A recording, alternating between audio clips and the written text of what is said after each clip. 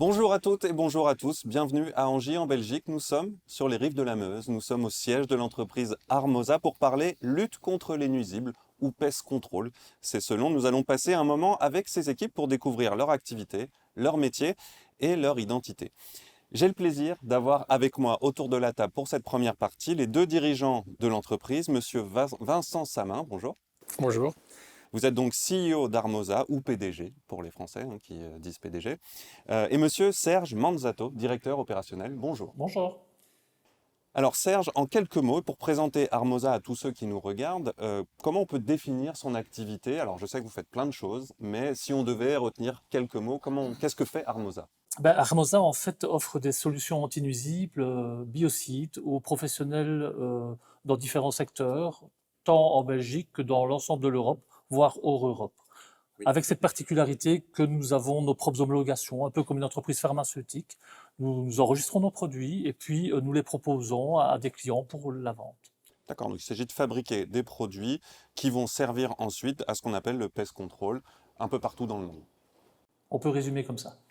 Euh, Vincent Samin, le nom Armosa, vous l'avez pensé en référence à trois choses. Alors d'abord la Meuse, très important puisqu'on est près de la Meuse, donc c'est aussi l'ancrage local, mais aussi deux valeurs, protection et harmonie. Comment vous faites le lien entre les deux? C'est une bonne question. Mais en fait, on essaye de préserver le meilleur de la nature, c'est-à-dire qu'on lutte contre les nuisibles, c'est-à-dire ce sont les insectes ou les rongeurs qui sont nuisibles et tout en protégeant ceux qui ne le sont pas. Et est-ce que ce rapport à l'harmonie, donc au respect aussi de tout ce qui est autour, c'est nuisible, est-ce que c'était déjà présent au début de l'aventure ou est-ce que c'est évidemment quelque chose qui est de plus en plus présent? Est-ce que vous l'avez pris en compte dès le départ? On ne l'a pas tout à fait pris en compte dès le départ parce qu'on a commencé dans les années 90 où c'était pas du tout d'actualité.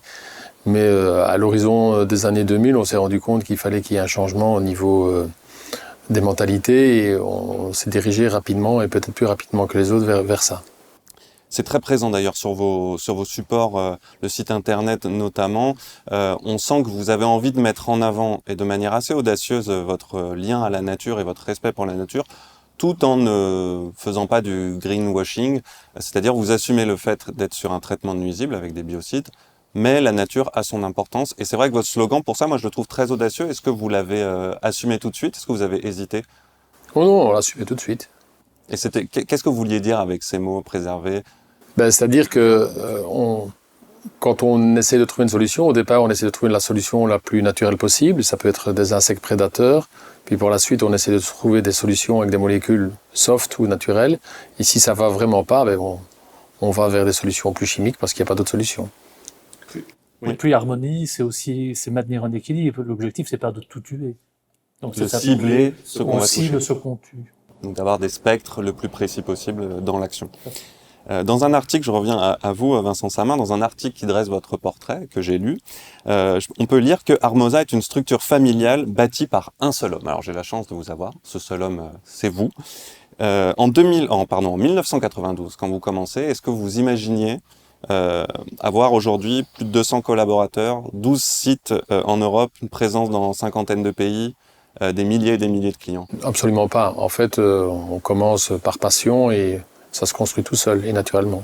Mais c'est quoi les étapes pour arriver à cette situation donc on parle toujours d'entreprise familiale, mais quand même avec une dimension qui n'est plus familiale. C'est anticiper, réfléchir à l'avenir et quels sont les enjeux et tout doucement ça se met en place. Et c'est pas trop dur de maintenir justement ce lien que vous vouliez, l'ancrage local, l'ancrage familial? Est-ce qu'il n'y a pas une tension quand ça commence à grossir? Non, garder le lien familial, société familiale, c'est pas compliqué. Surtout de gérer autant de personnes alors qu'on était en petite équipe auparavant, ça c'est effectivement plus difficile. Et quand on s'agrandit, parce que vous avez quand même aussi fait l'acquisition d'entreprises, il y a eu des fusions. Quand vous intégrez de nouvelles équipes, que vous allez sur de nouveaux lieux, comment on garde une ligne claire alors qu'il y a d'autres identités qui viennent se greffer? C'est tout le challenge de l'acquisition d'entreprise. Et pour nous, au départ, c'était quelque chose qu'on a dû apprendre et qui est toujours difficile. Comme Vincent l'a dit, il n'y a rien à faire. Une entreprise familiale, ça se construit autour d'une personne. C'était la personnalité de Vincent qui reste très accessible. Et quand vous changez, et quand vous êtes dans l'acquisition, vous rencontrez des structures qui ont déjà des habitudes, et donc il y a cette mise à niveau qui prend du temps, ou parfois qui ne prend pas avec certaines personnes. Donc après, il faut construire. Et ça, c'est toute la difficulté en fait à laquelle on est confronté quand on achète des sociétés. C'est pour gagner en part de marché, certes, c'est-à-dire que vous avez une dimension supérieure quand vous faites l'acquisition de ces entreprises, quand vous grossissez. Mais j'imagine qu'il y a aussi, comme vous dites, une richesse dans le fait d'avoir des nouveaux collaborateurs, des nouvelles visions. Est-ce que c'est ça finalement le plus important quand on fait ces acquisitions? C'est un peu un mix des deux. C'est-à-dire que souvent, ce sont des opportunités pour compléter nos gammes. Et puis, on peut aussi retrouver des connaissances dans certaines sociétés que nous, on n'avait pas. Et ça nous permet de monter en valeur. Vous êtes, au-delà de ces acquisitions, vous êtes aussi une entreprise qui est extrêmement diversifiée, qui avait l'air d'explorer toujours des nouvelles pistes d'activité. J'ai noté notamment que vous êtes lancé dans la production de graines aussi. Est-ce que c'est vital pour une entreprise comme Armoza de toujours chercher des nouveaux secteurs, des nouvelles branches? Non, c'est toujours dans un souci de complémentarité par rapport à une offre. Si on s'est lancé dans les semences potagères à un moment donné, c'est parce qu'on avait une offre pour le grand public dans lequel on écoule nos produits contre les rats, les souris, les solutions contre les insectes. Et dans les gammes, la semence venait à point et on trouvait que le projet semence, dans une vue, donc respecter le meilleur de la nature, est intéressant. Donc c'est vous qui faites le lien, enfin disons que quand on parle lutte contre les nuisibles, on ne pense pas à semences. C'est vrai. C'est assez étonnant. Est-ce que des fois ça peut dérouter vos partenaires, vos clients? Oui, mais le lien, on sait toujours le faire en fait. Mais on doit l'expliquer simplement parce que effectivement c'est pour enrichir une gamme, mais on utilise des huiles essentielles dans nos formulations. Les semences peuvent donner des huiles essentielles, donc il y a toujours un lien. Rien n'est jamais fait simplement pour être fait. C'est fait aussi parce qu'on arrive toujours à remettre les pièces du puzzle dans un cadre qui est clair avec un fil rouge. Et je comprends l'exemple. On a sorti un produit à base d'huile de menthe, un produit entièrement naturel. On peut se dire qu'on extrait la menthe qui vient des semences qu'on a produites. Et ça, pareil, c'est quelque chose qui vous est apparu au fil du temps, cette possibilité d'aller sur différents terrains, ou c'est quelque chose qui est de toute façon évident, vous dès le départ vous le voyez? Parce que vous de formation, vous êtes agronome, hein, c'est ça? Oui. Est-ce que c'est quelque chose quand vous êtes lancé dans cette activité où vous dites, ouais, il y a plein de pistes. Peut-être que là, pour l'instant, c'est trop étroit, il va falloir se diversifier. Non, c'est une question d'opportunité et d'évolution du marché. Et un autre aspect vital, vraiment là j'insiste dessus parce qu'on l'a vu nous en visitant ici Armoza et en parlant avec vos équipes, c'est l'investissement dans la recherche, dans l'innovation. Tout le monde en parle. Est-ce qu'on peut dire que c'est le secret d'Armoza? Le secret de la réussite d'Armoza, c'est ce pari sur l'innovation. Peut-être. Disons que nous, on a toujours voulu travailler dans l'innovation pour être indépendant. On est un peu corse dans nos mentalités et on aime bien tout produire et tout contrôler. Et l'innovation, elle va de soi. Serge? Oui, c'est évident. Enfin, le fait d'être corse, et au-delà d'être corse, en fait, c'est aujourd'hui l'innovation par rapport au secteur dans lequel on est, par rapport à l'évolution des mentalités, de la législation.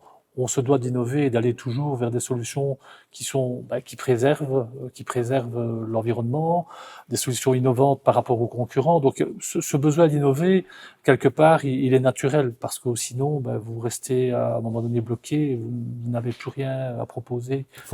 Il faut anticiper, voilà. Être réactif, anticiper, et vous allez le voir dans la deuxième partie puisqu'on va discuter avec vos équipes qui sont chargées de cette innovation. Autre chose, le fait de rencontrer des clients sur le terrain, ça permet de réfléchir et de travailler sur des solutions autres. Parce qu'on a la pratique des professionnels qui nous remontent des infos. Et voilà. Oui, le lien au terrain est très important. Et effectivement, vous avez cet aller-retour. Un de vos collaborateurs m'a dit ping-pong permanent entre terrain et recherche. Mais on en parlera dans la deuxième partie de cette innovation. Je voulais terminer avec une question simple, parce qu'on n'a pas beaucoup de temps avec vous. Votre temps est précieux, évidemment. Selon vous, Armoza, dans le secteur, vous diriez que c'est quoi? Un leader, Une référence ou un ovni?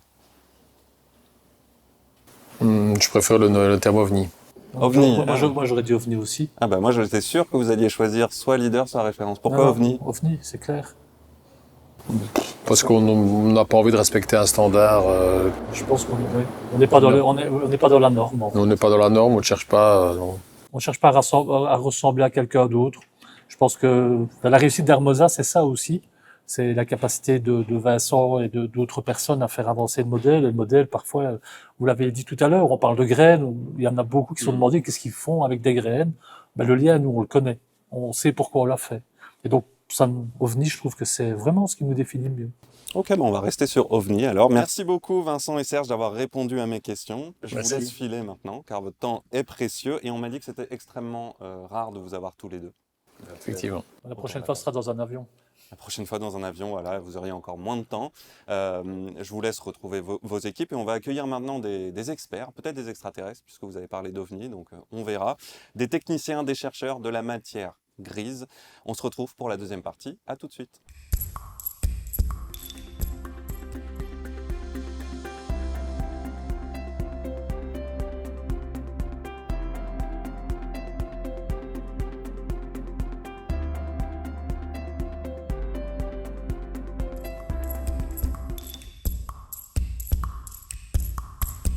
On se retrouve toujours à Angy, toujours sur les rives de la Meuse, toujours au siège d'Armosa. Et maintenant, on va soulever le capot du vaisseau Armosa. On va voir un peu ce qu'il a dans le moteur, ce vaisseau, et vous n'allez pas être déçus. Autour de la table, je vous présente Aurélien Guichère avec un D. Exactement, j'y Très tiens. important, responsable labo de Lyon. Oui. Donc tu es venu de Lyon jusqu'ici. C'est ça, tout à fait. C'est méritant.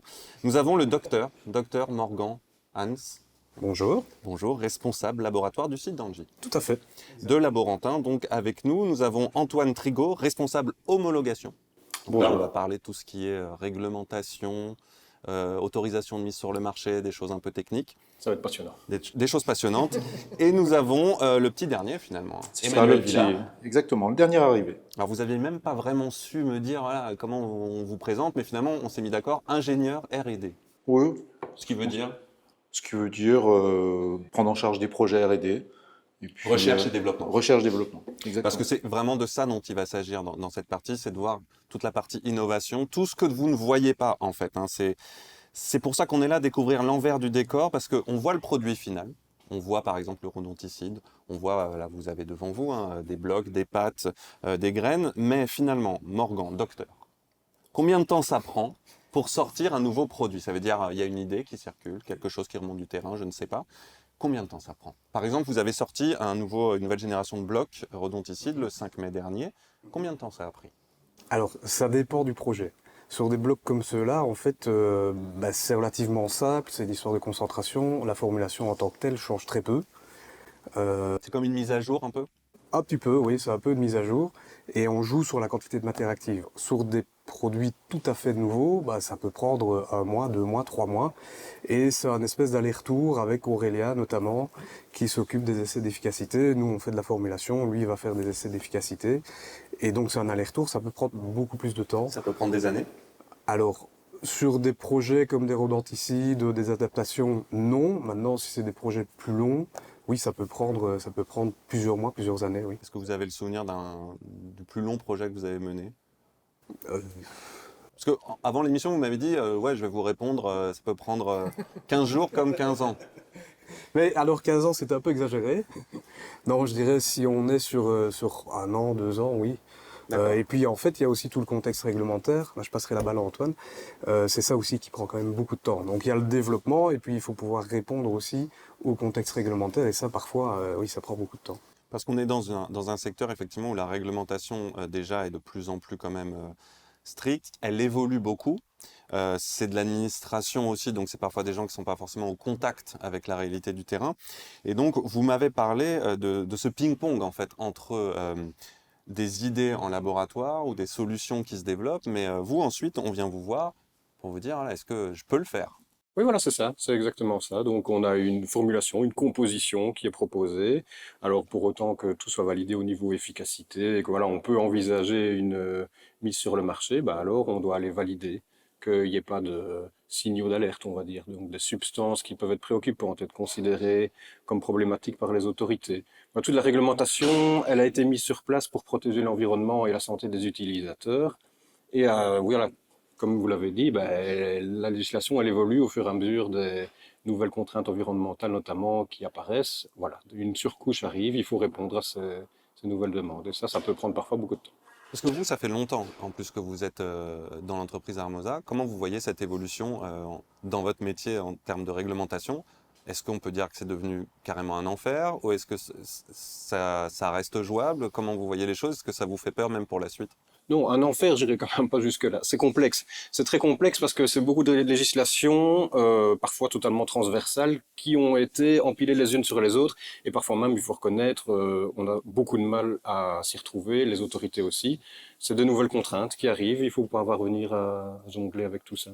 Donc voilà, on a les perturbateurs endocriniens, aujourd'hui les PFAS, qui sont aussi un nouveau sujet de préoccupation dont on parle beaucoup. Voilà, il faut être prêt à répondre à toutes ces questions. Donc, c'est de nouvelles questions qui vont arriver de la part des autorités, des nouvelles études à mener, des nouvelles, voilà. Et ça Revues bouge de beaucoup. littérature. Et ça bouge beaucoup, et ça bouge tout le temps. Ça bouge tout le temps. On n'a jamais fini. On n'a jamais fait. Un produit qui a été homologué il y a 10 ans, on essaye de le réhomologuer aujourd'hui, on aura des questions supplémentaires. Donc voilà, on peut jamais rester sur ses acquis. Ça y est, on a homologué un rodenticide il y a 10 ans. Et donc, c'est bon. On est parti pour 20 ans, on va pouvoir faire tourner la boîte avec. Non. On a, dans le cas des rodenticides, c'est tous les 5 ans qu'il faut les renouveler. Donc, un nouveau lot de questions, de nouvelles études à mener, de la confirmation de vieilles études. Les protocoles ont pu évoluer. Donc, il faut parfois reconfirmer des points. Parfois juste voilà, ou répondre à de nouvelles normes en vigueur qui sont apparues depuis. Donc on a une formulation. Est-ce que c'est OK avec la réglementation? Et ensuite, on se tourne vers vous. La partie efficacité. Est-ce que c'est efficace? Forcément. Qu'est-ce qu'on parle? De quoi on parle quand on parle d'efficacité? En fait, on a plusieurs problématiques quand on veut tester un rodenticide sur le terrain, parce qu'aujourd'hui, on est confronté à la biologie de l'animal, puisque là, pour l'instant, elle n'a pas été mise en avant, mais c'est quand même hyper important dans notre métier. Et quand on crée une formulation aujourd'hui, on a plusieurs paramètres, et un des plus importants, c'est l'acceptation du produit par le rongeur. L'animal l'ingère ou le prenne. C'est exactement ça.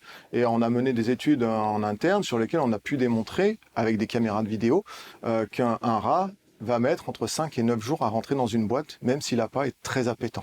Il fait attention. Il fait attention, c'est ce qu'on appelle la néophobie du rongeur, c'est-à-dire qu'à partir du moment où vous rentrez un nouvel environnement dans son propre environnement, il va avoir une certaine méfiance et il va mettre un certain temps avant de s'en approcher. C'est pour ça que quand on travaille une formulation avec Morgan, on a toujours cet échange et cet aller-retour afin d'améliorer au maximum ce qu'on va appeler l'appétence du produit, qui va permettre au rongeur de lui donner envie de venir consommer l'appât. Et comment vous testez ça, l'efficacité? Parce que du coup, est-ce que c'est du terrain? Par exemple, vous avez une problématique sur le terrain, vous donnez ce produit test, et vous dites, voilà, faites-moi votre retour, ou est-ce que vous gérez tout en interne? Alors, on gère tout en interne parce qu'il faut pas oublier qu'un appât qui va être aujourd'hui commercialisé, il faut qu'il s'adapte à tous les terrains des utilisateurs. Et j'imagine que c'est très divers. Exactement, puisque les sources de nourriture sur les différents terrains sont jamais les mêmes. Vous allez pouvoir avoir des sites où vous avez avec des infestations et la nourriture sera du blé. Vous allez avoir des grains stockés. Vous pouvez aussi avoir en urbain des boulangeries, des McDonald's, des Subway, tout ça. Et il faut que nos appâts, nous, puissent être meilleurs et plus appétants que cette nourriture-là. Donc en fait, on a toute cette voie d'adaptation qui est assez complexe. Et quand on veut maîtriser tout ça et comprendre comment le rongeur réagit, il faut qu'on mène tout, nous, en interne. Et ce que vous m'aviez dit en préparant l'émission, c'est que on peut pas vraiment faire confiance aux professionnels de terrain pour le test, parce qu'en fait, ça demande un temps, une précision, un protocole scientifique. Enfin, peut-être le mot confiance est pas bon, mais disons que le protocole n'est pas le même. C'est ça, puisqu'aujourd'hui, on se base sur les protocoles guideline, donc la guidance, qui est on va dire comment on pourrait définir ça, Guidance, protocole d'expérimentation. Ouais, les protocoles, les modes d'emploi, obligatoires pour pouvoir passer un raticide. Il y a des règles. Il y a des règles, exactement. Ouais, c'est ça, c'est le terme, c'est des règles. Donc en fait, les protocoles sont très établis. Par exemple, un professionnel qui va utiliser notre appât va effectuer une prestation avec 4 passages sur 1 an. C'est-à-dire qu'il va faire un passage tous les 3 mois. Chose que nous, on peut pas se permettre, puisque pour vérifier que le produit est bien accepté, il faut qu'on passe tous les jours. Donc c'est ça qui va être beaucoup plus complexe, beaucoup plus lourd en termes d'investissement. Et c'est pour ça qu'on planifie toute notre opération et tous nos tests en interne, en fait. D'accord, oui, donc le protocole, effectivement, est trop lourd, en fait, pour qu'il Exactement. puisse être fait en externe. Exactement. Ok. Armosa annonce en 2023, donc ce que j'ai lu, c'est un investissement de 2 millions dans la recherche et le développement, 2 millions d'euros. Euh, Cet argent, il sert à quoi? Il va où? Dans les laboratoires, essentiellement?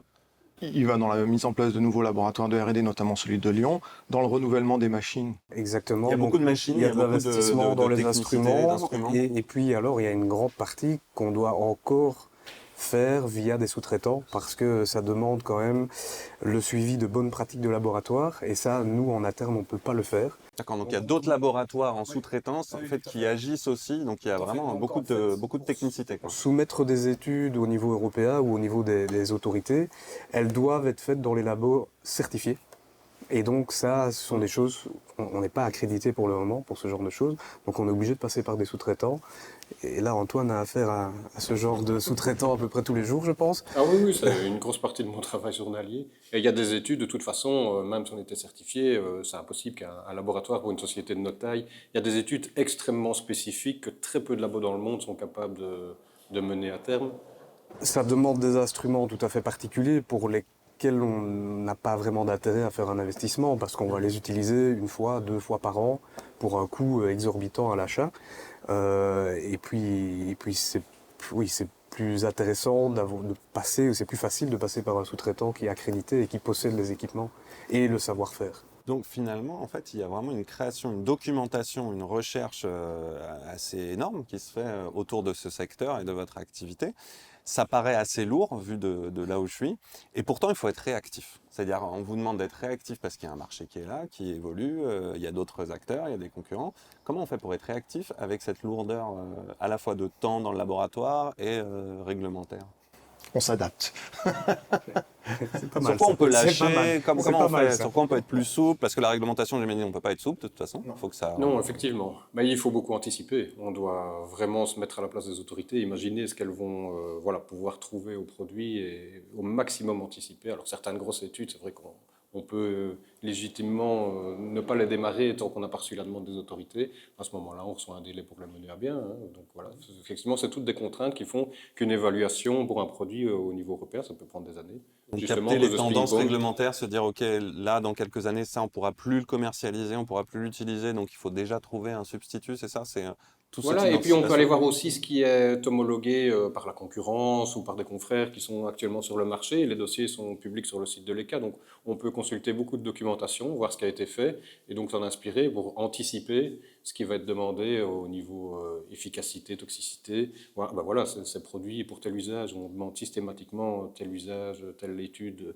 absorption dermale, tout ce qui peut arriver et qu'on peut envisager. Voilà, ben alors on va l'anticiper. Pour, au final, le Graal, en fait, c'est d'obtenir l'autorisation de mise sur le marché, hein. C'est-à-dire que vous fabriquez quelque chose, une substance, enfin, Docteur Morgan fabrique quelque chose. Docteur? Non, je ne suis pas docteur. Pardon.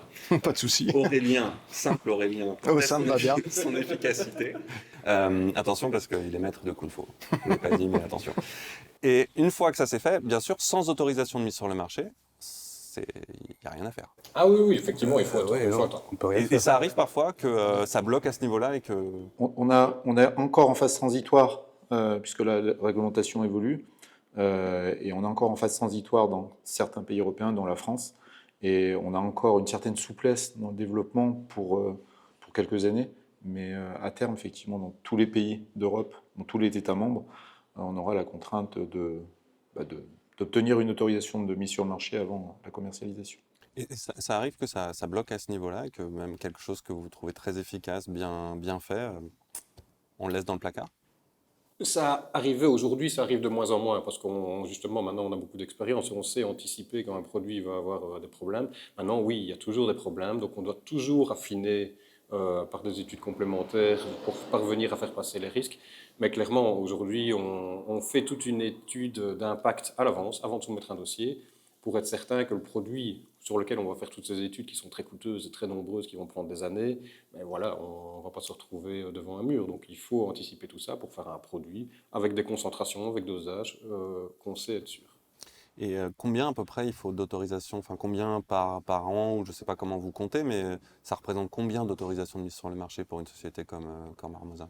Des centaines? Mais c'est variable parce qu'on a des produits qui sont plus des produits de niche, voilà, qui peuvent alimenter, voilà, certains marchés, et d'autres gros produits qui sont, voilà, qui deviennent vraiment des grosses marques pour le groupe. Bon, je sais pas, un par an, c'est difficile à dire en Et fait, une hein. fois qu'on les a, C'est- ils sont acquis, ceux-là? Pas comme les homologations? Toutes les homologations sont soumises à renouvellement tous les 10 ans. Ok.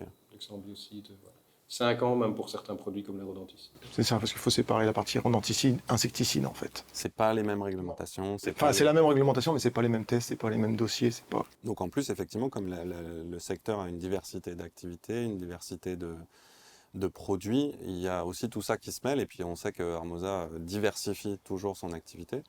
Donc finalement, on se retrouve presque dans ce qu'on parle de millefeuille administratif parfois. Pour se repérer là-dedans, ça doit être compliqué. Ah oui, les dossiers sont vraiment très variés. Ouais, c'est ça aussi qui est stimulant, hein. Voilà, si on ne travaillait que sur des rodonticides tout le temps, voilà, on aurait sans doute plus vite fait le tour, mais là, ici, on a tout le temps de nouvelles idées qui sortent. Les commerciaux et la R&D nous sortent tout le temps de nouveaux projets qu'on apprend tous les jours. Pour aller dans le concret, docteur Morgan, vous avez insisté. Vous avez insisté pour J'ai que... cité, c'était pas obligatoire. Vous travaillez dans un laboratoire. Oui. C'est ça, hein, Oui, oui, tout à fait. ici. Oui, oui. Qu'est-ce que vous faites une journée type dans un laboratoire? Qu'est-ce que vous manipulez comme produit? Quelles sont les opérations que vous faites? Ça consiste en quoi? Alors, on est 3 personnes au labo, donc il y a des jobs différents dans le labo. On a ce qu'on appelle du contrôle qualité, et donc qualité matière active, produit fini. Ça, on a une personne qui est dédiée, donc lui, il va manipuler finalement des matières actives techniques. D'accord, donc ça va être, c'est de la matière, comment on pourrait dire, de la matière première pour faire des... Oui, c'est ça. Donc vraiment la matière active, insecticides, rodenticides, etc., etc. Ça peut être des poudres, ça peut être des liquides. Et il va travailler sur des quantités qui sont finalement assez infimes. Il y a une part de risque, mais qui est assez maîtrisée. Oui, tout à fait. Alors on a une autre personne qui est dédiée à de la formulation. Donc lui, il va passer ses journées effectivement à faire de la cuisine, on va dire. Donc travailler avec différentes matières premières, des solvants, des tensioactifs, des supports de poudre et des matières actives. Donc lui, il va manipuler tous ces différents ingrédients pour faire un produit. Ça pourrait être un bloc, ça pourrait être un produit liquide à diluer. Enfin, Avec une problématique qu'on lui a donnée. avec effectivement un cahier des charges, un produit à développer, voilà, un liquide insecticide contenant telle matière active, avec tel grammage, etc., etc. Il a aussi une part de travail analytique là-dessus, donc ça veut dire vérifier que la matière active est stable, que le produit est stable dans le temps, qu'il ne va pas déphaser, que la matière active ne va pas s'évaporer ou que sais-je. Et puis on fait beaucoup de support réglementaires. D'accord. Donc là, ça peut être de la préparation d'études, ça peut être de la relecture d'études, donner un avis, confirmer des protocoles, et ça peut être aussi tester des différents lots, vérifier la teneur en matière active, des choses comme ça. Là, c'est plutôt du travail très analytique, donc sur des instruments de type chromatographie. Ce sont toujours des petites quantités qu'on manipule, donc avec un risque maîtrisé, mais le risque est présent. Oui, c'est important ça, parce que vous m'avez dit, pareil en préparant l'émission, vous m'avez rappelé, on manipule, ce sont des matières chimiques, Oui, et tout à fait. vous l'avez dit surtout comme si les gens n'en avaient pas assez conscience, Emmanuel. Vous avez l'impression que côté, vous qui êtes les experts, vous en avez bien conscience, vous faites attention, il y a une maîtrise des risques, il y a des protocoles, mais que de l'autre côté, c'est peut-être quelque chose qu'il faudrait répéter. Oui, très clairement, hein, c'est des produits qui ont une activité biologique, donc qui comportent des risques. Donc, faut prendre en compte tous les moyens de protection individuelle et avoir toutes les bonnes pratiques pour utiliser ces produits. Vous avez l'impression qu'il y a assez d'informations, que c'est encore trop peu su et que c'est encore trop léger dans la tête des gens, ce genre de produit, par exemple sur les protections? Oui, je pense que le souci, c'est que souvent les professionnels travaillent avec ces produits tous les jours. Il y a la force de l'habitude et donc on n'en fait jamais assez dans la protection des utilisateurs, quoi. Et ça, c'est quelque chose que vous pensez aussi en fabrication, c'est-à-dire l'emballage, la manière dont ça va être manipulé, l'ergonomie, j'imagine aussi de la pose, par exemple dans l'efficacité. c'est quelque chose aussi dans l'efficacité que vous réfléchissez? C'est-à-dire, est-ce que ça va être manipulable facilement? Ça va pouvoir se mettre dans des coins stratégiques? Alors ça, c'est plus quelque chose... Oui, on va y réfléchir, mais toute cette partie sécurité, ce sera plus une partie aussi très réglementaire. C'est une demande des dossiers réglementaires. Je laisserai Antoine parler Pour dessus. que ce soit safe pour l'applicateur, quoi, pour le professionnel. C'est ça. Mais c'est ça, en fait, les autorités, quand elles reçoivent une composition, classification et toute une série de données toxicologiques, elles font tourner des modèles d'exposition dans lesquels elles estiment effectivement qu'un professionnel va l'utiliser un produit peut-être 20 fois par jour, parce que c'est vraiment un professionnel spécialisé là-dedans, et qu'à chaque fois, il va se contaminer avec un certain pourcentage de produits. Et voilà, et c'est en tenant compte de cette exposition régulière, multiple et longue sur le temps qui vont permettre d'établir si effectivement il y a un risque d'utilisation ou pas pour ce type d'utilisateur. Et pour chaque type d'utilisateur, ils vont faire ce scénario de risque. Même le grand public qui, lui, par contre, est amené à utiliser le produit beaucoup moins souvent, mais peut-être avec moins de connaissances techniques, et donc exposé à des risques différents, mais par contre beaucoup moins régulièrement. Voilà, tous ces scénarios sont envisagés pour chaque type d'utilisateur. Et c'est à la fin que les autorités nous disent, voilà, effectivement, ce produit est responsable pour l'utilisation. En termes d'efficacité, il y a quelque chose... vous avez parlé des rats qui se méfient. Il y a aussi, j'imagine, un phénomène de rats qui s'habituent ou tout simplement de nuisibles qui apprennent, en fait. Est-ce qu'il faut sans cesse trouver de nouvelles stratégies? Est-ce que, par exemple, votre métier, ce qui était efficace avant, en fait, il faut Alors en trouver fait, d'autres choses. on observe aujourd'hui des phénomènes de résistance, notamment à la bromadiolone, qui est une des molécules anticoagulantes qui a été le plus utilisée pendant un certain nombre d'années. Donc là, l'avantage qu'on a, c'est qu'il existe d'autres molécules anticoagulantes, donc on peut bypasser cette résistance. Mais comme vous le disiez, on observe aussi des phénomènes de comportement. Je vais vous donner un exemple. On s'est aperçu sur des vidéos qu'une souris était capable d'aller sur une tapette, récupérer l'appât sans déclencher la tapette. D'accord. En ayant appris... Mais on ne le comprend pas toujours. On ne comprend pas comment elle a appris à avoir cet effet-là. Alors, dans ce cas-là, quels sont vos recours? Apprendre le plus, aller, on va dire, et là on n'hésite pas aussi avec Emmanuel, à aller chercher de la science pure et dure, sur le comportement science animal. fondamentale avec des partenaires publics. D'accord. Ça, on n'hésite pas à y aller parce qu'on en a besoin aussi aujourd'hui. C'est effectivement la clé si on veut innover en fait. Si on ne comprend pas le problème, si on ne comprend pas le comportement du nuisible, ça sera compliqué de trouver un produit adapté. C'est ça. Est-ce qu'il y a aussi des nouveaux nuisibles qui apparaissent? On reste sur le classique. On est toujours encore dans les classiques. On a quelques espèces un peu, on a la Mus musculus. Pas de latin avec moi. Pardon. Non, c'est une nouvelle petite souris qui est arrivée, qui était sur Paris, je crois, de mémoire, mais Ça reste le même type ça reste de le même rongeur. type de rongeur quand même. On peut avoir des nouveaux nuisibles, par exemple, On aura il y a- plusieurs il y a- insectes. un nouveau tic dans le sud de la France, dans le sud de l'Europe, il y a l'Homo marginatum, qui va s'orienter vers sa cible différemment par rapport au tic. Ou les fourmis invasives comme la tapinoma, qui est je suis désolé, c'est le nom latin, mais que tout le monde connaîtra de toute façon, puisque c'est une grosse problématique aujourd'hui. On aura plus de diversité au niveau de l'insecte, notamment par rapport au transport, aux flux commerciaux, que du rongeur.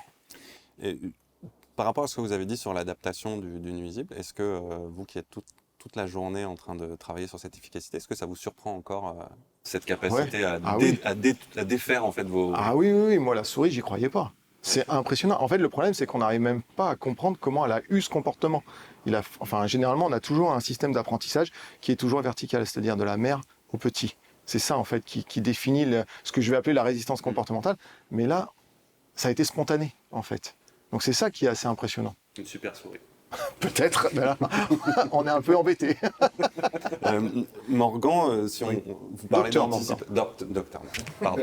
On parle d'anticipation, généralement vous projetez quoi sur 5 ans, 10 ans? Est-ce que vous êtes déjà dans votre tête à vous dire qu'est-ce qu'il faudra dans 15 ans? Mais encore une fois, ça dépend du projet. On a des projets, je veux dire, à très court terme. Ça peut être sur quelques mois, un an. Et puis on a des projets à beaucoup plus long terme. Mais alors là, on est très en amont. On travaille plutôt sur les matières actives avant même de penser à un produit fini. D'accord. Donc il y a deux approches, quoi. Il y a du court terme, moyen terme et du très long terme. Et il y a beaucoup de matières actives potentielles que vous identifiez, alors sans forcément les citer, parce que j'imagine aussi que c'est des secrets d'innovation, mais ça se diversifie. Il y a de plus en plus de choix. Alors, je dirais peut-être au niveau phyto plus qu'en biocide. Je sais pas Antoine ce que tu en penses. la kryptonite du rat. Mais alors sur le ras, c'est un peu compliqué. C'est un mammifère, donc c'est un peu plus compliqué. On peut pas faire tout ce qu'on veut. Ça marche pas. Je pense pas qu'il y ait il y a peut-être quelques exemples de nouvelles matières actives au niveau denticide, mais c'est très peu, très peu. Au niveau insecticide, au niveau fongicide, des choses comme ça, oui, là il y a plus de nouveautés, même vers des produits plutôt d'origine naturelle. Parce que c'est quand même une tendance. Il faut aller vers l'origine naturelle. Bien sûr, Moins de chimie, plus en plus. même si la chimie, c'est de la nature aussi. Malgré tout, ça reste des produits chimiques avec potentiellement un risque pour l'environnement, pour l'utilisateur. Donc tout ça doit être aussi évalué et doit faire le même parcours finalement qu'un produit chimique de synthèse classique. Donc naturel ne veut pas dire sans danger. Oui, c'est très clair. La nuance, c'est parfois utilisé à mauvais escient le mot. Je suis bien d'accord. Effectivement, exactement. Tout à fait. Je pense que justement, Armoza, dans l'idée d'avoir utilisé dans son slogan l'idée de garder le meilleur de la nature, montre aussi que la nature ne veut pas dire sans risque. Non, tout à fait. Non, on est bien d'accord avec ça. Non, vraiment pas. Dans 10 ans, en quelques mots, le produit rodonticide dans 10 ans, il devra être comment? Efficace. Appétant. Efficace, appétant, C'est le plus naturel possible. Et il sera pas universel. Ok. Il sera adapté à l'espèce. Donc il n'y a pas de produit miracle. Non. Ok. Tant qu'il y aura des nuisibles, il faudra que vous soyez là pour chercher des solutions. Alternative aux produits chimiques quand on le peut. Donc on aura toujours besoin du docteur Morgan. C'est ça la bonne Je nouvelle. l'espère. C'est ça la bonne nouvelle. Merci beaucoup à vous quatre. Alors je sais que vous n'avez pas trop l'habitude de parler, parce que vous êtes plutôt des hommes de l'ombre, donc merci beaucoup. Je vous laisse rejoindre vos laboratoires. Merci beaucoup. L'expérimentation. Merci à vous en tout cas. C'était important pour nous de voir l'envers du décor de ce qui se passe, ce qui nourrit finalement l'innovation d'une entreprise comme Armoza. Vous avez pu avoir un petit aperçu de ce qu'il y avait sous le capot d'Armoza. Et maintenant, on va accueillir des gens qui, eux, ont l'habitude de parler, puisqu'ils vont porter sur le terrain, en fait, tout ce que vous faites dans vos laboratoires. On se retrouve juste après cette pause. À tout de suite.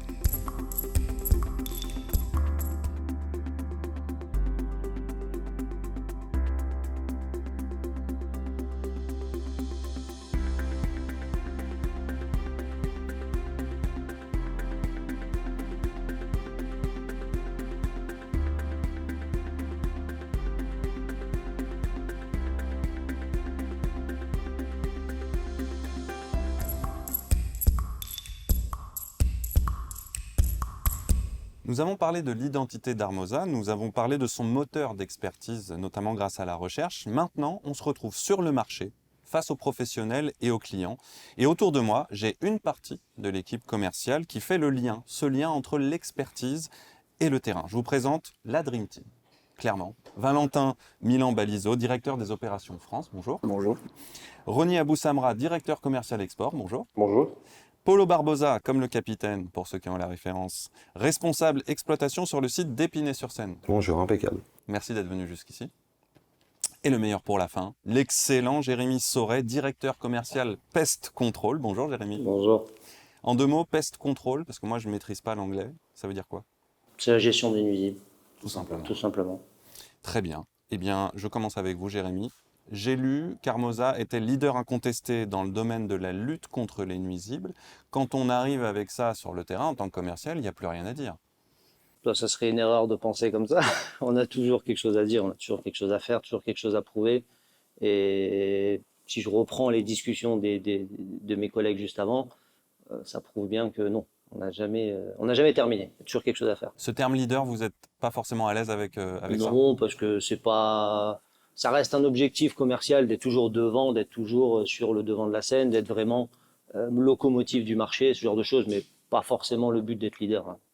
Si vous êtes autour de la table, c'est aussi pour nous parler terrain, de nous parler des problématiques concrètes que rencontrent vos clients, les professionnels.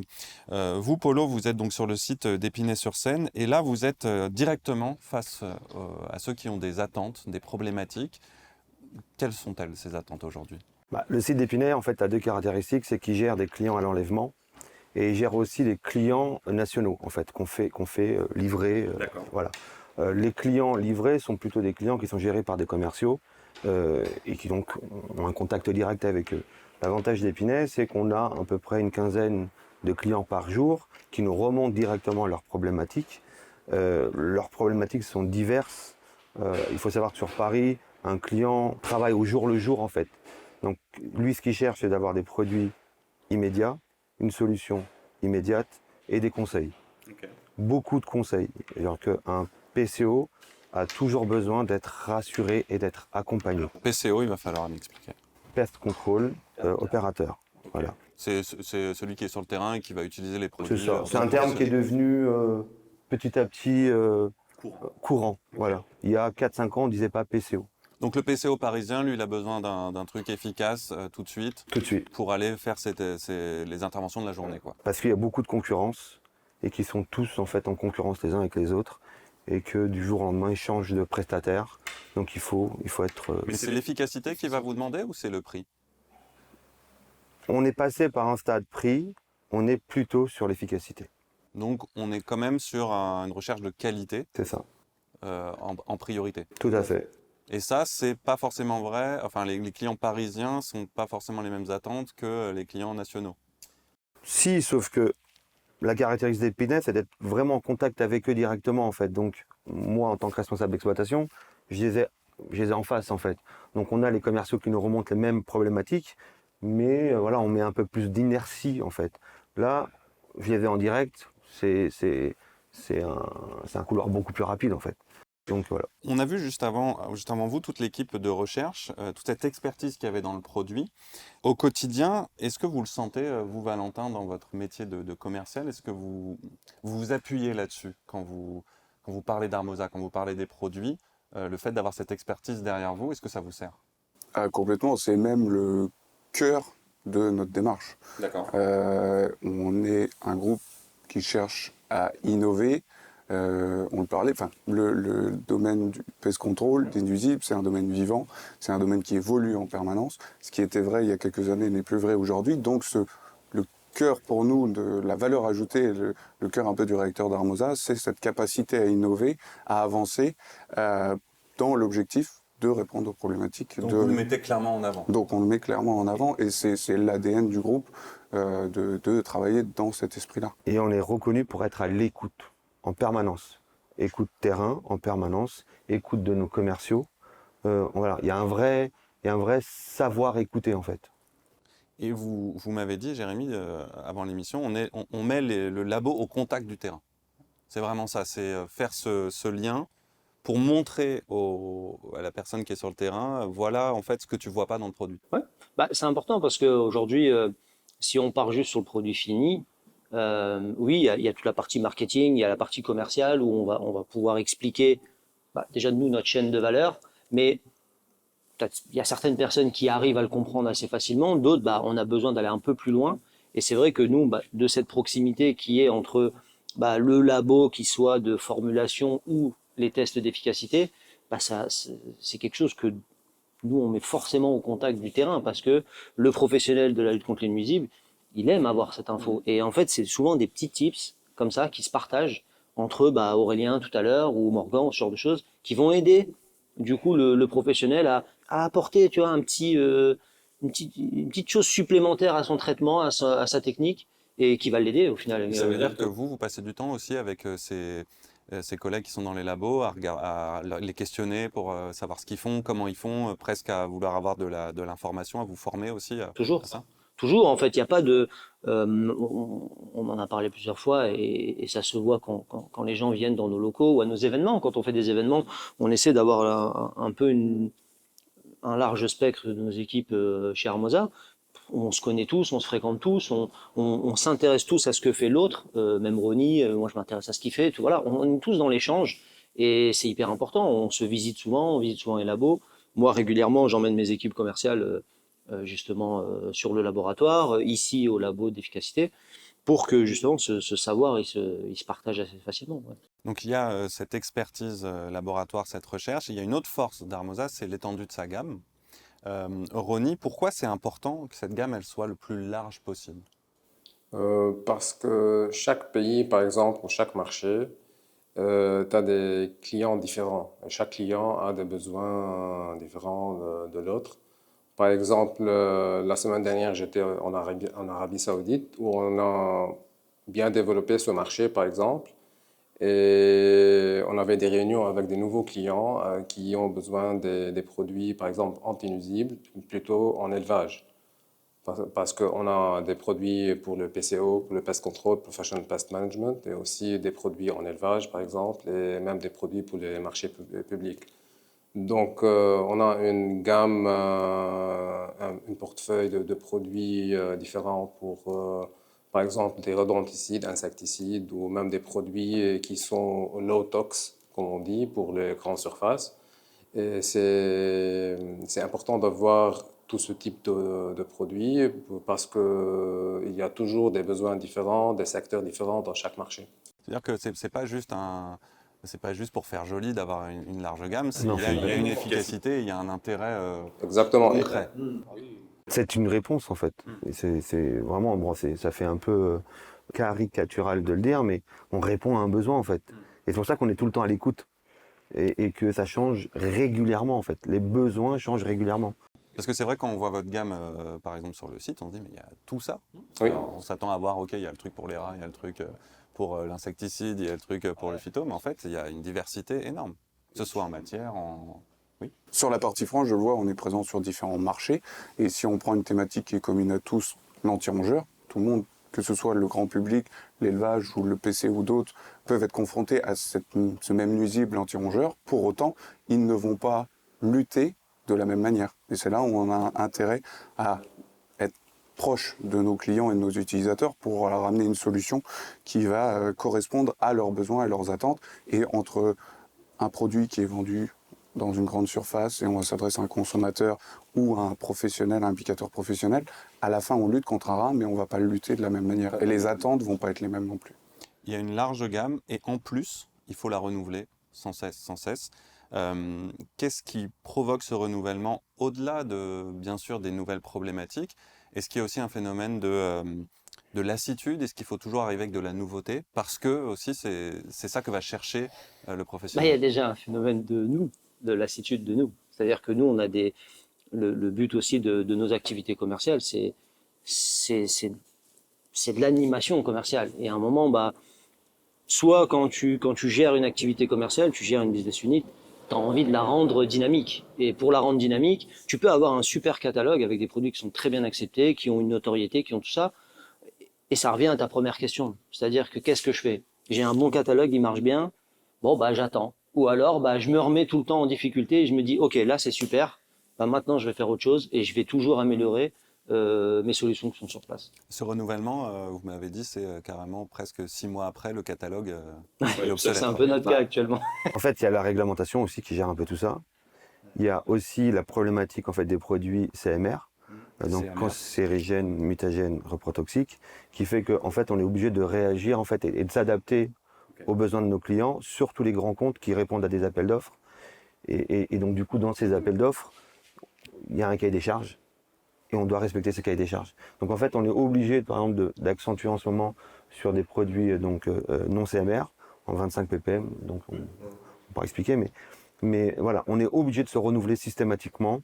On lance un nouveau produit, le Seaware, en 12 ppm. Pareil, parce que c'est des concentrations. C'est des concentrations, voilà. Et tout ça, il faut l'expliquer aux clients. Ils n'ont pas l'habitude, ils travaillent beaucoup avec des 50 ppm. Ils avaient l'impression qu'ils avaient des produits ultra efficaces. On arrive avec des 25 ppm, des 12 ppm. Mais il faut leur expliquer parce qu'ils vont nous dire avant j'avais du 50 ppm, pourquoi on fait du 25? Parce que vous dites on est à l'écoute, mais en fait, avec un catalogue aussi large qui se renouvelle aussi vite, vous devez expliquer. On doit expliquer le pourquoi du comment. En fait, pourquoi tu as changé un produit? Oui, comme je disais tout à l'heure, il y a notre côté à nous où on a envie de s'amuser et on a envie d'apporter toujours plus. Mais tu as aussi la partie marché. On le disait, on est aussi à l'écoute. Donc en fait, à côté de ça, tu avances sur tous les sons de cloche que tu peux entendre en fait. Tu te dis tiens, lui il a besoin de ça. Au final, c'est une bonne demande. On écoute, mais des fois, tu entends des choses qui sont intéressantes maintenant. Des fois, tu te dis ça, il faut que je le garde en tête parce que ça sera intéressant plus tard. Et en fonction de la faisabilité ou pas, on sort ou on sort pas. On est quand même assez. C'est aussi la force du groupe. Du coup, tout à l'heure, on parlait de réactivité. C'est aussi ça. C'est-à-dire qu'on a aussi de la réactivité sur le service au client, mais on a aussi de la réactivité dans la fabrication, la formulation et la mise en marché de nouvelles solutions.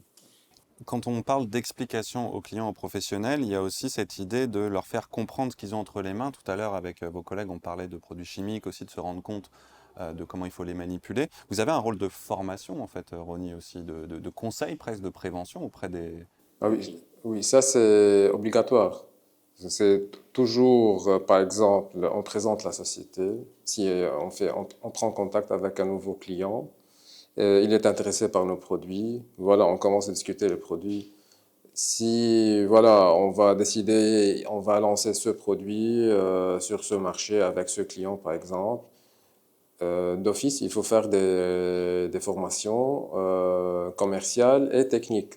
Parfois, il y a des sociétés, ok, on aime le produit, on veut bien ce produit contre, par exemple, les mouches, mais il faut savoir ou connaître bien comment il faut utiliser ce produit.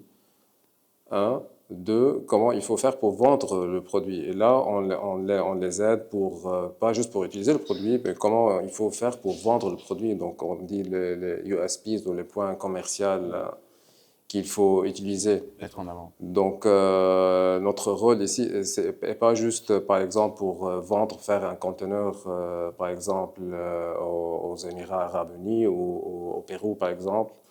Là, il faut faire aussi la formation après les... Et parce que c'est la différence aussi entre ce qu'on appelle le commercial et le vendeur. Enfin, il y a des métiers différents. Exactement. Sur cette formation, ce conseil, il y a les Armosa On Tour. Je ne sais pas si je prononce bien.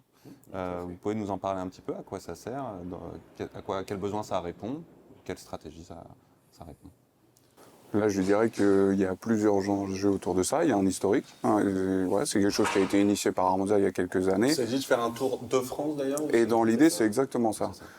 C'est encore une fois d'amener de la proximité, donc créer de l'échange direct sur le terrain dans différentes régions en France. Et là, c'est un double enjeu, c'est-à-dire que nous, on va communiquer sur ce qu'on développe, ce qu'on projette, notre vision des choses.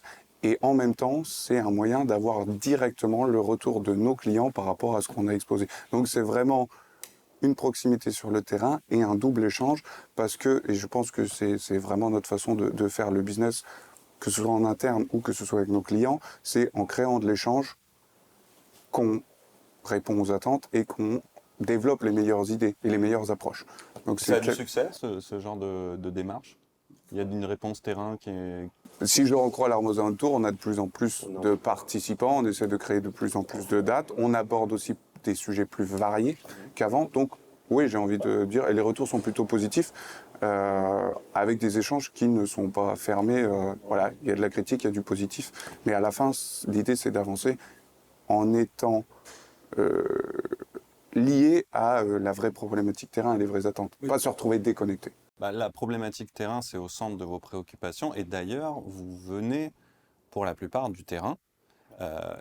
Il y a cette connaissance du terrain on ne se rend pas compte à quel point ça peut aider. Vous m'avez raconté une anecdote sur des gants de protection. Est-ce que vous pouvez nous en parler cette situation où vous avez compris une chose que peut-être quelqu'un qui n'est pas sur le terrain n'aurait pas compris.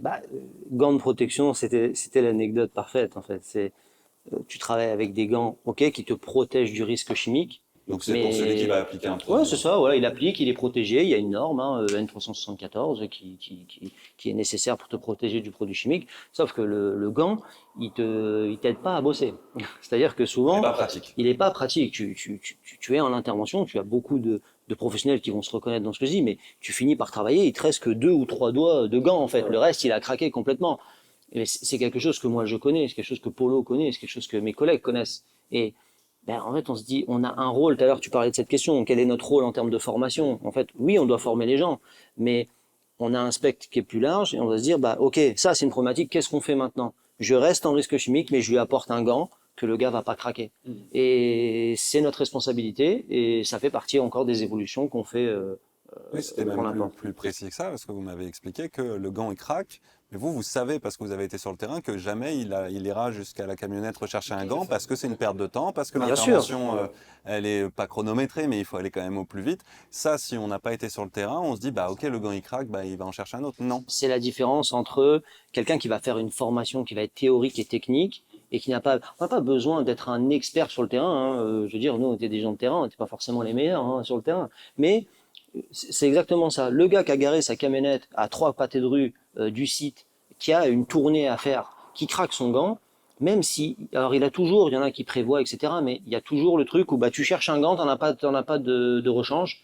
Bah malheureusement tu finis ton inter. C'est la réalité. C'est pas ce qu'on veut faire, c'est pas ce qu'on doit faire. Mais tu finis ton inter avec ton gant craqué, tu prends du produit, tu te laves les mains, tu fais ce que tu veux. Mais en attendant t'as pris. Parce que le temps que tu retournes à ta camionnette, chercher tes gants, que tu reviennes, que tu réinstalles, t'as foiré ta journée. Voilà. Et ça c'est pas bon. Un autre exemple, quand on gérait des techniciens, moi je me rappelle dans la société où je travaillais avant, ou dans une société de prestation de services, ça m'avait choqué de voir des techniciens avec un sac plastique pour emmener ses produits. Ouais, c'est vrai. Oui, c'était pas C'est voilà, c'est pas réglementaire, donc on réagit comme on pouvait réagir à l'époque dans les entreprises où on a travaillé. Quand on a eu une solution avec qu'on appelle chez nous le PCO bag, un sac spécifique pour transporter des produits, avec une housse lavable parce que les produits peuvent se renverser, mais direct, le lien avec notre passé, c'est fait automatiquement en fait. On s'est dit, c'est ça qu'il nous faut en fait. Et là on se rappelle avec nos techniciens et la galère qu'on avait. On a lancé ça, nos clients ils ont dit, mais ouais, mais c'est une intelligence métier. Voilà, c'est ça, mais c'est un bon terme, c'est très très bon terme.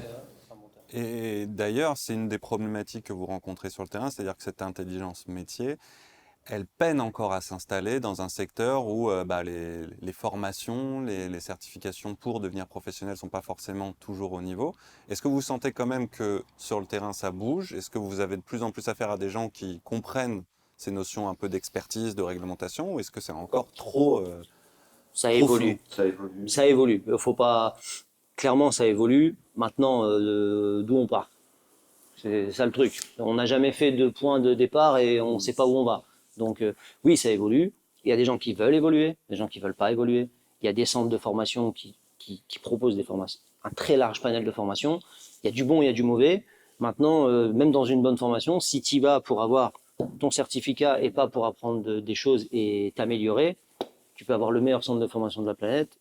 Il n'est pas très utile. C'est juste l'investissement. Il y a des pros qui s'investissent plus, qui veulent faire mieux, et il y a des pros qui il y a même des pros qui des fois sont même pas conscients qu'ils peuvent faire mieux en fait. Ils se disent bah voilà, le métier c'est comme ça.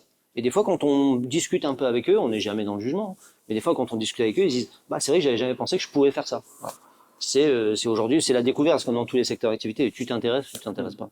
Et en parlant avec vous, j'ai bien conscience que en fait en essayant de tirer vers le haut l'expertise, justement l'intelligence métier, c'est tout un secteur qu'on peut porter vers quelque chose de plus clean aussi pour qu'au final le regard sur ce secteur, l'image, il soit amélioré. Valentin, sur la concurrence, puisqu'on parle de vous, d'Armosa, mais forcément c'est un secteur, c'est un marché comme tous les marchés, il est concurrentiel. J'ai entendu, alors je sais plus lequel me l'a dit, mais en gros aujourd'hui on nous suit, c'est pas nous qui sommes les suiveurs, on nous suit même. Au final, nous, on n'a pas besoin de faire de veille vraiment parce qu'on est plutôt, on initie les choses. Vous direz que finalement, la concurrence, est-ce que c'est quelque chose dont vous vous souciez ou vous dites, nous, on a notre process, on sait comment on travaille, on est confiant? Alors forcément, on s'en soucie parce qu'on n'a pas des œillères côté nous et mine de rien, il y a une réalité économique et de marché commercial où il faut être à l'écoute de ce qui se passe. Pour autant, c'est effectivement pas la concurrence qui va nous dicter la façon dont on veut avancer, la façon dont on veut aborder les choses, les projets qu'on initie. Non, ça c'est notre expertise interne, c'est ce qu'on a dit, contact terrain, etc. Donc là, oui, on est clairement notre propre chef. Par rapport à ce qu'on veut initier. Mais quand je dis initier, c'est sur la partie produit, sur la partie communication, sur la partie support technique et voilà, bien plus largement. Donc oui, à l'écoute effectivement de ce qui se passe sur le terrain et la compétition, les concurrents ont du bon là-dessus parce qu'effectivement ça fait progresser tout le monde, tout le métier, clairement. Pour autant, oui, on va se détacher de cet aspect-là quand on parle d'innovation, quand on parle de développement. Il y a le développement à l'international, Ronnie, au niveau concurrent justement. Est-ce que là, il y a des nouveaux défis? Est-ce que Est-ce que c'est simple? Est-ce que c'est les mêmes stratégies? Ou est-ce que c'est se confronter à quelque chose où il va falloir peut-être mettre les bouchées doubles ou changer je sais pas, de stratégie, de manière de faire? C'est surtout pas la même stratégie partout dans le monde, mais le grand défi en grand export ou en export, c'est le côté homologation. Donc, il faut homologuer le produit dans chaque marché. Et parfois, tu as des marchés où tu peux homologuer le produit dans 6 mois. Et parfois, j'ai des marchés où ça fait 5 ans qu'on a lancé la procédure d'enregistrement. Et jusqu'à maintenant, on n'a pas la réponse. Mais on sait très bien qu'on va l'avoir parce que l'avantage d'Armosa, qu'on a des dossiers complets pour les produits et la valeur ajoutée est qu'on fait tout de A à Z. Ça veut dire tout commence ici au labo, une idée. Et après, on fait tout ce qui est homologation, côté réglementaire. Et c'est ça la partie qui est la plus importante pour l'export. Là, maintenant, par rapport à la concurrence, bien sûr, il y a toujours de la concurrence, plutôt la concurrence locale, par exemple, mais ça n'a rien à voir avec tout ce qui est produits importés. Ce que je voulais dire ici, voilà, vous avez la concurrence locale, par exemple, mais ils n'ont pas la savoir-faire, l'expertise. Que peut apporter Armosa. Exactement. Nous, on a des dossiers complets, on fait des études, parfois des études exigées par chaque marché, spécifiques pour chaque marché. Et c'est ça notre valeur ajoutée. Par rapport à l'autre côté ou l'autre partie de la concurrence, ça veut dire l'autre marché, société étrangère, ça dépend s'il y a des dossiers ou pas. Nous, notre avantage, on a des dossiers complets. On a investi pendant 20 ans sur ces dossiers. Et vous arrivez avec quelque chose et maintenant, ce qui est bien, chaque année ou chaque 2 ans, on a des nouveaux dossiers, des dossiers complets. Oui, on a vu avec l'équipe, notamment tout ce qui concerne l'homologation, que tout ça est bien ficelé. En plus, j'imagine que le développement à l'international, ça peut inspirer en retour complètement les commerciaux de France. Et vice-versa. Jusqu'à Épinay. Et vice-versa. Ah oui, jusqu'à Épinay-sur-Seine. Oui. D'Australie à Épinay-sur-Seine. C'est ça. Armosa a un large spectre. Ça serait un beau film. Pour finir, comme vous êtes des commerciaux, tiens, Jérémy, je suis professionnel du secteur, je suis un PCO. Je viens vous voir pour savoir chez qui me fournir. En 2 mots, je dois aller chez Armosa. Comment vous y prenez? Bah, t'es déjà au bon endroit. T'es déjà venu. Donc t'es déjà au bon endroit. Ah, voilà. Et puis la base du commercial, l'écoute. On écoute le besoin du client et ensuite on trouve la solution. J'en parlais tout à l'heure, hein, la largeur de produits qu'on a, elle n'est pas là pour faire un joli catalogue et elle n'est pas là pour chaque personne a un secteur d'activité, un type de client. Si tu écoutes ton client, tu sais quoi lui conseiller. C'est tout simple, c'est l'écoute. La devise, il n'y a pas de problème, il n'y a que des solutions. Ah, mais je crois qu'on va s'arrêter là, on va s'arrêter sur ces bonnes paroles. Hein. Merci infiniment d'avoir joué le jeu, merci pour cet échange autour de l'entreprise Armosa. Il y a bien plus à découvrir d'ailleurs sur Armosa que ce qu'on a pu dire, même si on a pris le temps. Valentin, comment on fait pour se renseigner sur Armosa? Internet, on vous appelle directement, on vient vous voir? Alors, tous ces canaux sont possibles, c'est qu'effectivement on est présent en ligne et on essaye de l'être de plus en plus. À côté de ça, on a plusieurs sites en France, donc on peut venir nous voir directement sur le... Il y a Épinay-sur-Seine, il y a à côté d'Avignon, il y a Laval, en Mayenne. Et là, voilà, c'est vraiment sur la partie logistique. On a également d'autres sites qui peuvent être les laboratoires ou autres, où on est aussi en mesure d'accueillir du monde. Et à côté de ça, la force aussi d'Armosa, c'est notre présence terrain. C'est pas que des mots, c'est qu'aujourd'hui, si je prends à l'échelle de la France, on a environ 30 personnes qui sont présentes sur le terrain. Alors, répartis sur des marchés différents, mais voilà, qui sont sur le terrain tous les jours, au contact des clients et des utilisateurs. On a un maillage qui est complet, qui est l'un des plus complets d'ailleurs, par rapport à nos confrères, concurrents. Et pour ceux qui auront envie d'avoir le numéro perso de Jérémy, par contre, il faudra écrire à Armosa et on pourra le communiquer. Avec plaisir. Et sur certaines listes. Oula, on va arrêter l'émission. Merci à toute l'équipe d'Armosa pour l'accueil. Merci pour la bonne humeur, la visite guidée des lieux. Nous, ce qui est prévu, c'est qu'on va tout de suite piquer une tête dans la Meuse et se manger des boulets liégeois avec des frites. Ou peut-être l'inverse, je sais pas. On va voir. Ou une fricadelle. À bientôt. Merci. Merci.